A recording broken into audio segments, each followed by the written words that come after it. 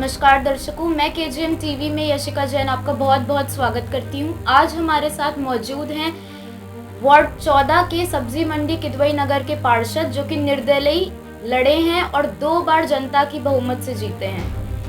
सुनील कनौजिया जी, आपका बहुत बहुत स्वागत है। नमस्कार सर, आप जनता के बीच अपने क्षेत्र में इतने ज़्यादा लोकप्रिय हैं, फिर भी आप किसी पार्टी की तरफ से नहीं पर निर्दलीय ही क्यों लड़ते हैं चुनाव? देखिए, किसी दल की विचारधारा शायद वार्ड की जनता से ना मेल खाती है। कोई भाजपा को पसंद करता है, कोई कांग्रेस को पसंद करता है, कोई समाजवादी पार्टी को पसंद करता है, कोई बसपा को पसंद करता है, लेकिन व्यक्ति और व्यक्तित्व को सारे लोग पसंद करते हैं।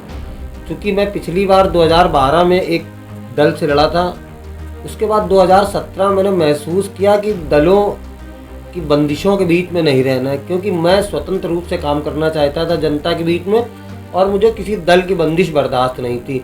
क्योंकि जिस क्षेत्र से मैं पार्षद हूँ उसमें 12 से ज़्यादा मलिन बस्तियाँ हैं, और मुझे लगता था कि काम उन बस्तियों में भी ज़रूरत है जो समाज की लाइन में सबसे पीछे खड़ा हुए व्यक्ति है। हमारा जो मकसद होता है कि हम विकास समाज की अंतिम पंक्ति तक ले जाएं। उसके लिए राजनीतिक दल दबाव बनाते थे जो कि मेरे लिए बर्दाश्त के बाहर था, इसलिए मैं निर्दलीय लड़ा। सर, आपका राजनीति में आना कैसे हुआ? मतलब क्या पहले से ही किसी पॉलिटिकल बैकग्राउंड को बिलोंग करते थे, या मतलब आपका फैमिली बैकग्राउंड के हिसाब से आप आए कि कोई और रीज़न? मेरा कोई फैमिली बैकग्राउंड नहीं था। मैं बहुत गरीब परिवार से हूँ। तमाम मेरे वार्ड के लोग जाते 10 साल पहले जैसा मेरा घर टूटा था वैसा ही मेरा घर आज भी है। चूँकि मैं भ्रष्टाचार में शामिल नहीं हुआ, लेकिन कहीं ना कहीं जब मैं कॉलेज टाइम में मैंने महसूस किया, 2000 में जब मैं कॉलेज गया इंटर करने के बाद, मैंने अपने आसपास के वातावरण को देखा और हमारे यहाँ पानी का बहुत संकट था शुरुआत में।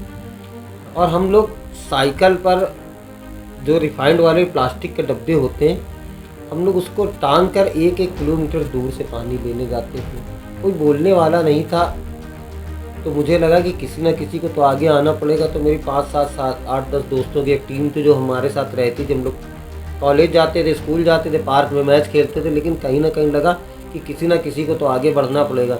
और इसको लेकर हम लोग अधिकारियों से मिलने लगे। तो जब काम होने लगे हम लोगों के, तो हम लोगों के अंदर एक उत्साह आया, एक मनोबल बढ़ा कि नहीं, यदि हम लोग लड़े तो काम हो सकते हैं। और उसका परिणाम ये निकला कि हमारे यहाँ काम होते रहे। हमारे यहाँ जूही बबरैया में पार्षद नहीं था, तब पूरे एरिया में पानी नहीं था, तब मैंने संघर्ष किया था पानी के लिए। और उस दौरान मैं जख्मी भी हुआ। 12 देवी चौराहे पर मेरा उसको चोट लग गई थी बहुत ज़्यादा। वहाँ जो जाल लगा मेरे पैर के आर पार हो गया था, लेकिन मेरी हिम्मत नहीं टूटी। और उसी का परिणाम है कि हिम्मत न हारने वाले व्यक्ति के साथ सदा ईश्वर भी साथ रहता है और जनता का ढेर सारा स्नेह भी उसे मिलता है। तो कहीं ना कहीं शुरुआत ज़रूरी नहीं कि आप किसी राजसी परिवार से हो, पॉलिटिकल परिवार से हो, तभी आपको राजनीति का लाभ मिलेगा। मुझे लगता है कि मेरे जैसे गरीब परिवार के बच्चे को भी राजनीति का लाभ मिल सकता है, वो जनप्रतिनिधि हो सकता है। लेकिन सर, अभी आपने अपने क्षेत्र में बहुत बड़ा होली मिलन समारोह किया था जी, वो प्रोग्राम की चर्चा पूरे शहर में है। चलिए, धन्यवाद आपको और आपके चैनल को कि आपको हमारे प्रोग्राम की जानकारी और आपने उसकी सराहना की। तो मतलब उस प्रोग्राम में ज़्यादातर महिलाएं बहुत थी, मतलब एक तरीके से देखा जाए तो महिलाओं की संख्या ज़्यादा थी।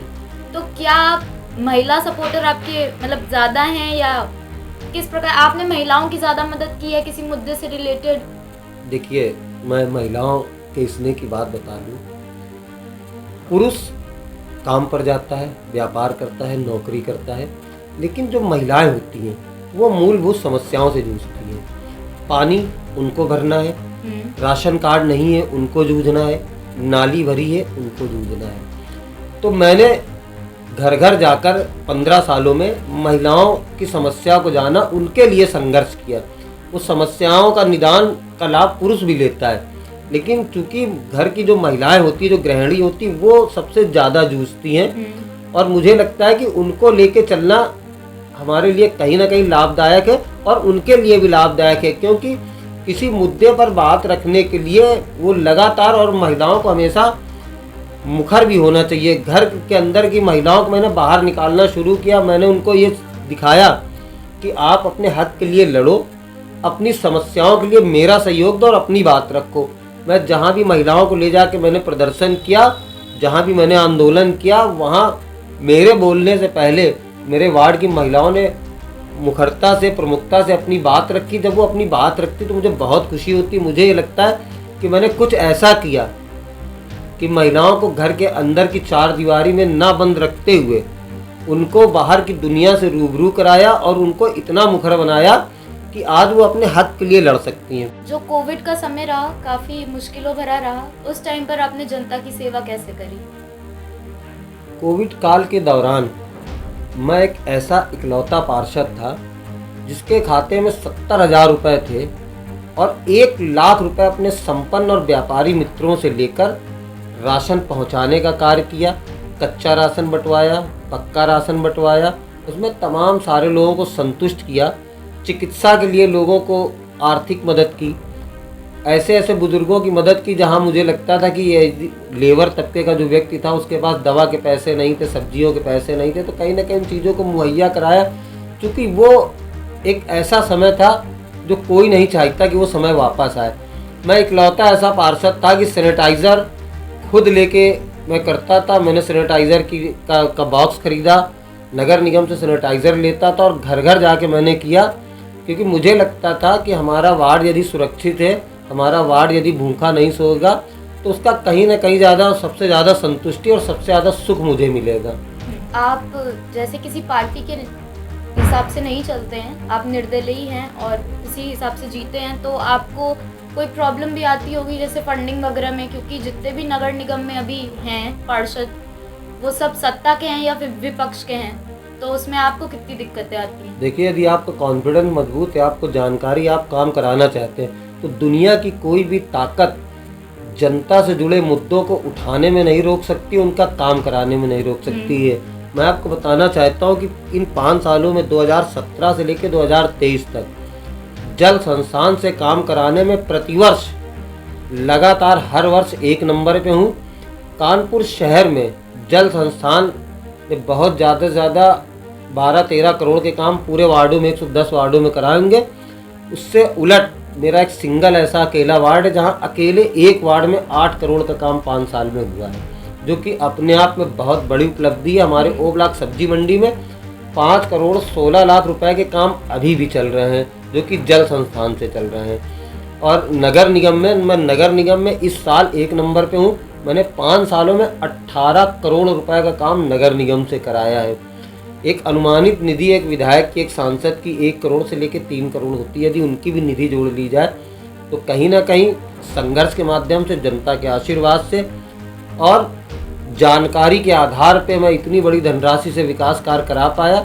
इसमें कहीं ना कहीं सबसे बड़ी चीज़ शिक्षा भी होती है। मैं हमेशा से राजनीति में शिक्षित लोगों को आने की बात करता हूँ और मैं चाहता हूँ कि जो व्यक्ति शिक्षित होगा, जानकार होगा, वो अपने प्रोफेशन में जिस मुद्दे पे होगा, जिस सब्जेक्ट की कर रहा होगा काम, उसमें उसको पारंगत महसूस होती है। लगातार इन 10 सालों में जो विकास करने का तरीका है वो कहीं ना कहीं अधिकारियों से जब तक आप जूझेंगे नहीं, उनकी समस्या उन तक नहीं ले जाएंगे, तब तक वो आपके सामने नहीं झुकेंगे। क्योंकि लगातार मैंने भ्रष्टाचार के विरोध में काम किया है, मुझे पता है कि कौन सा सिस्टम नगर निगम में कहाँ चलता है। मैंने उन सबके खिलाफ आवाज़ उठाई और कहीं ना कहीं उसका मुझे फ़ायदा मिला कि मेरे वार्ड की जनता को लगातार काम मिल रहा है। और मेरा अपना ऐसा मानना, मैं आपको बता देना चाहता हूँ आपके चैनल के माध्यम से, कि मेरा वार्ड एक ऐसा वार्ड है जिसमें 60% बस्तियों में सीवर लाइन नहीं थी। अब मेरे संपूर्ण वार्ड में केवल राखी मंडी एक ऐसा क्षेत्र है जो कि कानपुर विकास प्राधिकरण के स्वामित्व वाला क्षेत्र है। उस जगह पर केवल सीवर लाइन नहीं है, बाकी मेरे पूरे वार्ड में सीवर लाइन है। और 8,000 मीटर पूरे वार्ड में मैंने पानी की लाइन डलवाई है। 5,000 मीटर नई सीवर लाइन डलवाई है। खंभों की बात नहीं करता, लाइटों की बात नहीं करता, मतलब काम इतना है कि यदि मुझे खुद भी नहीं याद है कि मैं उंगलियों पे नहीं गिन सकता हूँ।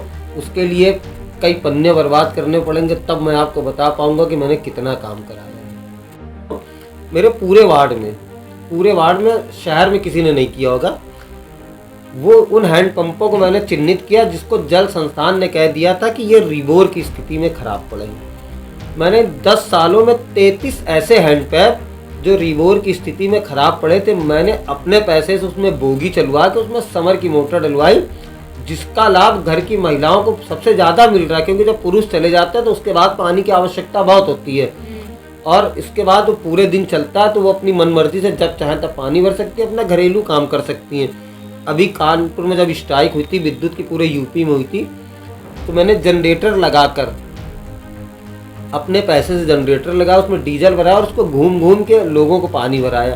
तो कहीं ना कहीं मुझे लगता है कि छोटी छोटी सबकी, जो झोपड़पट्टी में लोग रहते हैं, निम्न वर्ग के लोग रहते हैं, उच्च वर्ग के भी लोग रहते हैं, जो उनकी महिलाएं, उनकी आवश्यकताएं, उनकी समस्याएं भी बहुत सीमित होती हैं। कोई मुझसे ये नहीं कहेगा कि मेरे घर में राशन भरा दो। महिलाओं को लगता है कि भैया नाली भरी, इसको साफ करा दीजिए, हमारे यहाँ पानी नहीं आ रहा, हमारा राशन कार्ड बनवा दीजिए। तो ये कहीं ना कहीं, और मेरी राजनीति की शुरुआत मेरी मातृशक्ति के आशीर्वाद से हुई थी। जब मैंने शुरुआत में राजनीति शुरू की थी, आज से लगभग 18-19 साल पहले, तो महिलाओं ने मुझको प्रोत्साहित किया था। कहीं ना कहीं उन्होंने क्या देखा मुझ में, और हमारे वार्ड की मातृशक्ति ने, मेरी माँ बहनों ने मुझे लगातार इनकरेज किया।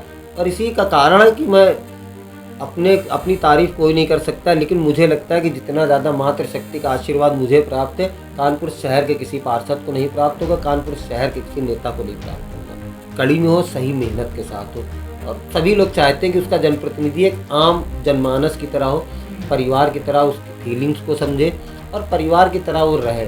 बस यही एक कारण रहा कि आज 2-2 बार पार्षद हूँ, और ईश्वर चाहेगा तो कुर्सी बनी रहेगी, नहीं तो सेवक तो मैं हमेशा था और सेवक हमेशा रहूँगा। सर आपका बहुत बहुत धन्यवाद हमारे चैनल के साथ जुड़ने के लिए।